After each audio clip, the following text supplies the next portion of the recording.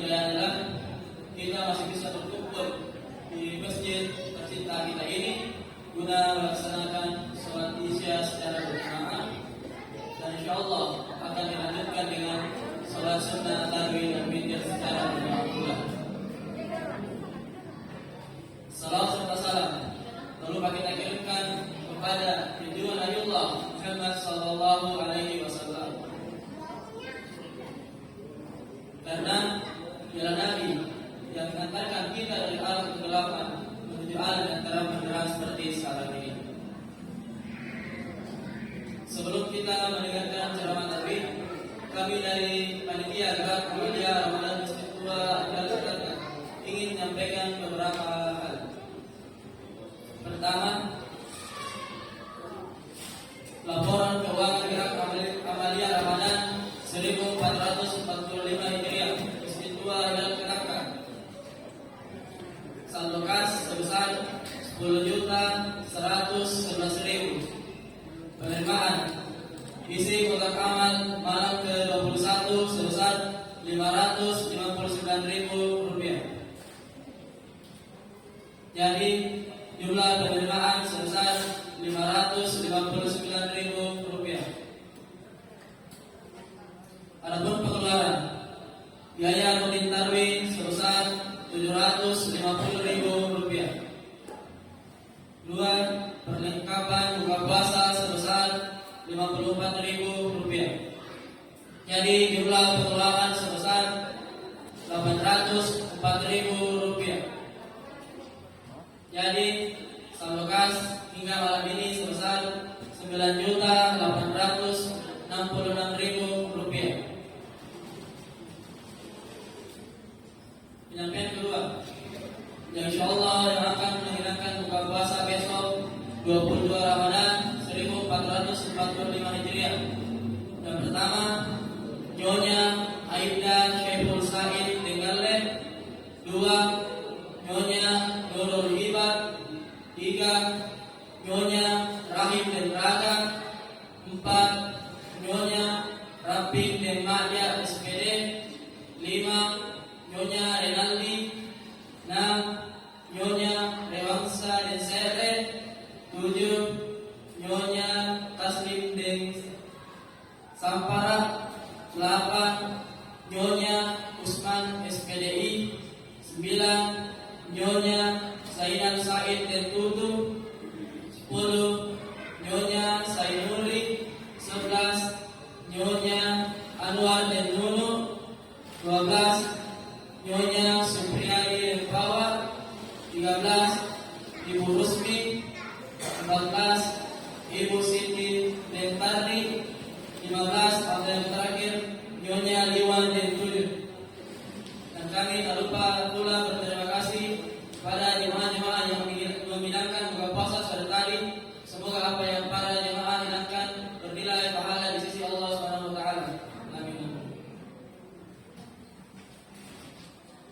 Baiklah, insyaallah yang akan membawakan ceramah tarawih pada malam hari ini yakni Al-Ustaz Haji Haris Nasir, Imam Ustaz Ahmad Rifat.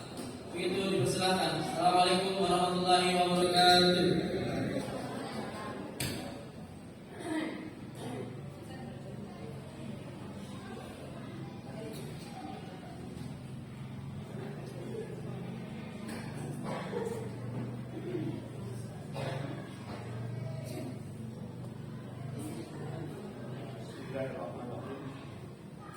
Bismillahirrahmanirrahim. Assalamualaikum warahmatullahi wabarakatuh.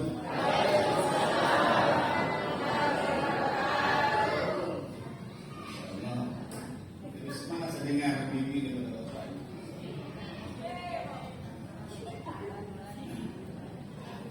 Ila hadratil Nabi Mustafa Muhammad sallallahu alaihi wasallam al-Fatihah.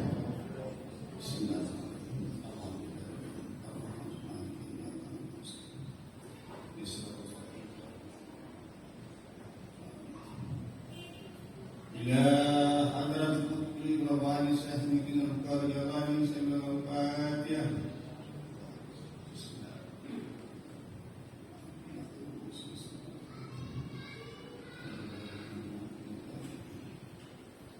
ila hadrati Raja Korea ke-30 Sultan Maulana Al-Raud wa ahlilahu al-Fatihah. Bismillahirrahmanirrahim. Alhamdulillahirabbil alamin arrahmanir rahim maliki yaumiddin iyyaka na'budu wa iyyaka nasta'in ihdinas siratal mustaqim siratal ladzina an'amta 'alaihim. Alhamdulillah. Alhamdulillah hamdan katsiran thayyiban mubarakan fihi wa alaihi. Asyhadu an la ilaha illallah wahdahu la syarika lahu wa asyhadu anna Muhammadan abduhu wa rasuluh. Allahumma shalli ala sayyidina Muhammadin wa ala alihi wa Muhammadin amma ba'd. Fa ibadallah wa qawata al-kitabul karim wa qulna inna rabbaka ahata bin-nas. Allahu Akbar. Jamaah kami yang insyaallah dimuliakan dan berkahi Allah Jalla. Sebelum saya lanjut, kenapa saya mendahulukan tadi mengirim al-Fatihah kepada junjungan kita Nabi Muhammad SAW, selanjutnya Raja Wali, itu saya bukan jalani, dan yang terakhir Raja ke-30 beserta seluruh keturunannya. Kenapa saya sengaja berwasilah ke beliau-beliau untuk meraup berkahnya. Itu dibolehkan dalam syariat kita. Kita berwasilah kepada orang-orang yang penentuan adalah tetap keramatah. Karena tahun kemarin alhamdulillah saya selesai ceramah di sini, saya keliling-keliling, saya berdoa sama saya, oh keren, atau untuk saya magasin mudah-mudahan belajar ceramah masih guna. Masih kamu lagi gua. Alhamdulillah. Saya ada kesempatan kereta amin dan setiap saya lewat di sini saya kirim nggak sebentar saya kirim apa juga berkah. Alhamdulillah. Alhamdulillah kita panjatkan kepada Allah SWT dan pujian yang sempurna. Karena memang yang berhak secara mutlak mendapatkan pujian Pak-Bu hanya dia. Dia siapa? Karena malah berita, karena malah lupa. Seandainya di antara kita ini apapun status sosial yang sering dapat pujian dari sama manusia, itu bukan karena kebaikan yang kita perbuat, bukan semata-mata karena kebaikan yang dilihat oleh orang lain. Akan tetapi semata-mata rahmat Allah yang telah menuntut aib-aib kita sehingga tidak kita oleh orang lain. Itu Pak yang jarang kita sadari. Karena kita ini manusia tidak pernah luput daripada hilaf dan dosa. Dosa maksiat kepada Allah dan dosa kepada sesama. Begitu kita mau tidur buka mata, dosa. Dari mana sumbernya dosa? Dari seluruh pantai kita. Mata anta, telinga, bawah anta, kita. Sumber dosa. Jadi salah seorang imam besar yang bernama Muhammad bin Wasir rahimahullah beliau mengatakan, "Laukana dzunuba liha ma qadaru ahadiyah bismi ilaiyah." Seandainya dosa-dosa yang memiliki bau, maka tak seorang pun manusia yang sanggup yang bertahan duduk denganku. Masya Allah, Masya Allah. Seorang ulama besar yang begitu senantiasa merasa banyak dosa, banyak maksiat. Artinya apa Pak-Bu? Itulah yang harus kita lakukan setiap saat. Jangan pernah kita merasa, oh saya sudah alim, saya akan ustaz, tidak berusaha kepada hati ini Pak-Bu. Itu jebakan iblis.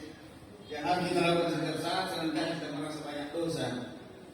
Tujuannya apa? Supaya kita selalu berniat termotivasi untuk selalu berbuat terbaik dari hari ke hari. Tujuannya apa? Mudah-mudahan kita menghadap Allah dalam keadaan kita kaum muslim masa berbahagia. Bulan puasa ini Pak-Bu secara spesifik ditujukan kepada kita umat Muhammad SAW. Kenapa? Karena Allah persis, karena Dia yang ciptakan kita. Allah tahu bagaimana karakter kita orang-orang ini selama 11 bulan lamanya. Saya dosa dipakai. Makanya Allah berikan kita kesempatan untuk Allah dosa-dosa selama sebulan penuh. Oleh sebab itu Pak-Bu, mari kita memanfaatkan bulan puasa ini untuk melaksanakan segala aktivitas di dalamnya yang bernilai ibadah.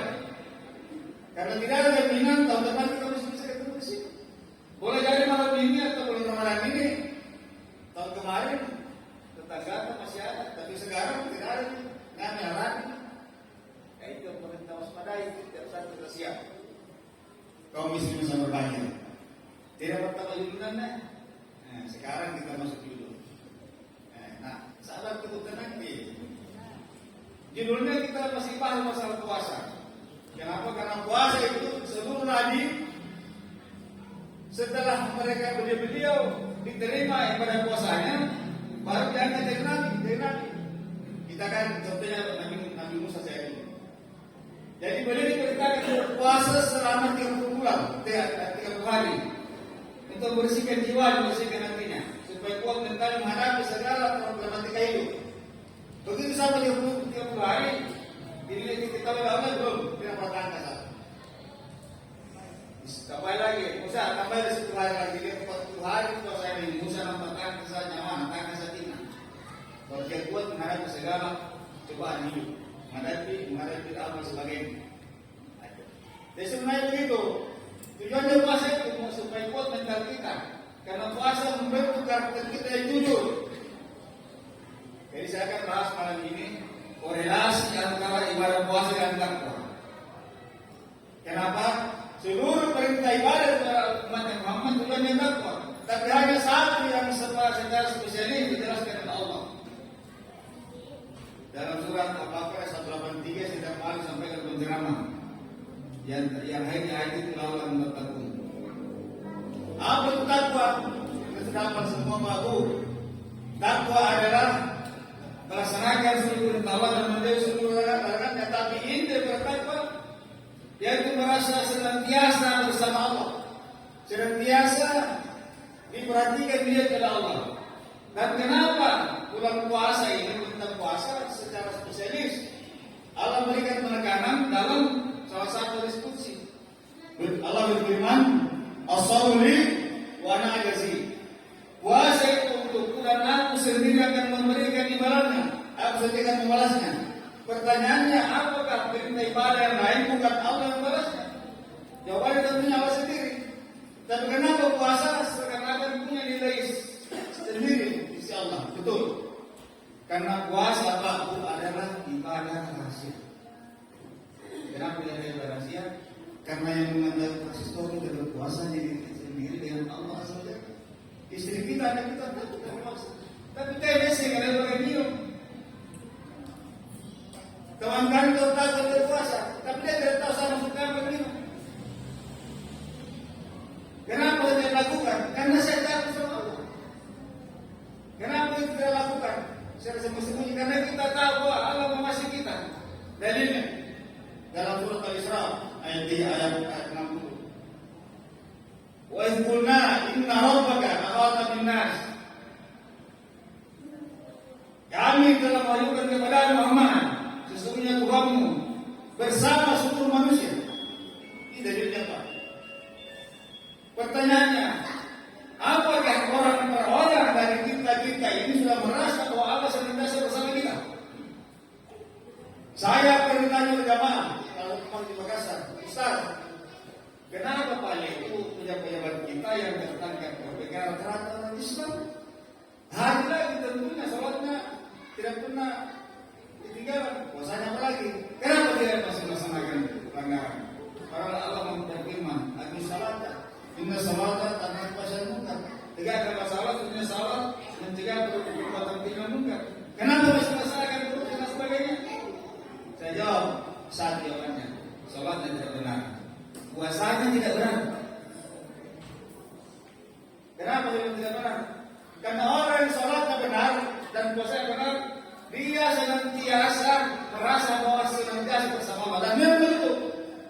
Allah tidak pernah berpacar sama kita. Kemana kita berada?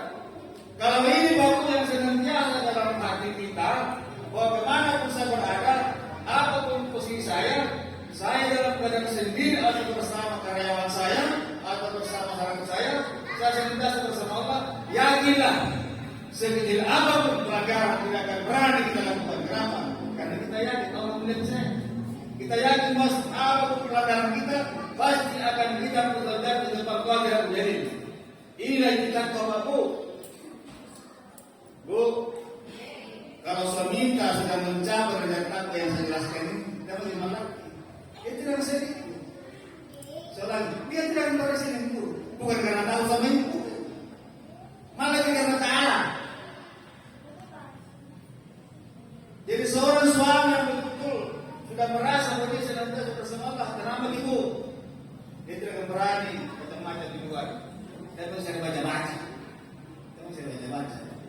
Kita tidak sama masalah. Tidak apapun status kita Pak Bu, apapun jabatan kita, kalau ini ilmunya Allah kita sudah miliki, mana dia mati? Ya tahu tidak pakai kundu, tarewa jawab. Seperti barang-barang yang para ibu suka merasakan 4 kali tugas operasi. Jadi pasang kekuatan ini. Kemana dia berada, dia merasa bersama Allah. Naga dia lagi. Tenangnya lagi. Tidak ada yang berani menghancurkan kita, perjalanan kita kalau kita yakin bahwa Allah senantiasa bersama kita. Ingat tahun yang benar, ingat tahun yang sesungguhnya, ingat tahun yang dari Rasulullah SAW sampai kepada sahabatnya, sampai pada para pejuang kerajaan jago yang asli di persidangan. Kenapa? Karena saya berapa kali seperti dulu sama-sama keturunan karena doa. Dan almarhum waktu dia melatih di Marino, beliau orang Kanada. Beliau meninggal karena setelah melatih cantan Marino jatuh di mobil. Saya sama-sama timur, ini pusaka doa, berilah umeran. Saya lihat itu keramatnya raja doa. Ayo adikan, pasti orang sama-sama saya. Particular revenue makanan bis dan kunci di sakti nanti bagi kan di pasti malam selesai saya malam kedua selesai dia di kundu aja di pos berapa termasuk seluruh suku di situ ada balik termasuk di sini yang lain ada baliknya itu ada dua paling ramai boleh ditunggu sama di yang lain antara berapa dalam berkelahi di dalam begitu hanya dia pergi atas. Mau tunduk kita ini.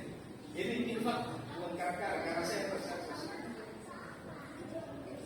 Hanya bagian kita itu tunggu. Karena kalau kita simpan saya saksikan tanpa di bawah. Jadi dari dulu saya senang. Jadi sama orang-orang di sini. Kenapa? Makanya alhamdulillah. Kenapa saya bisa ke sini?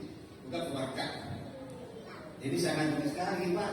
Dan dunia ini berkeluarga masih luar biasa orang masih kan luar biasa.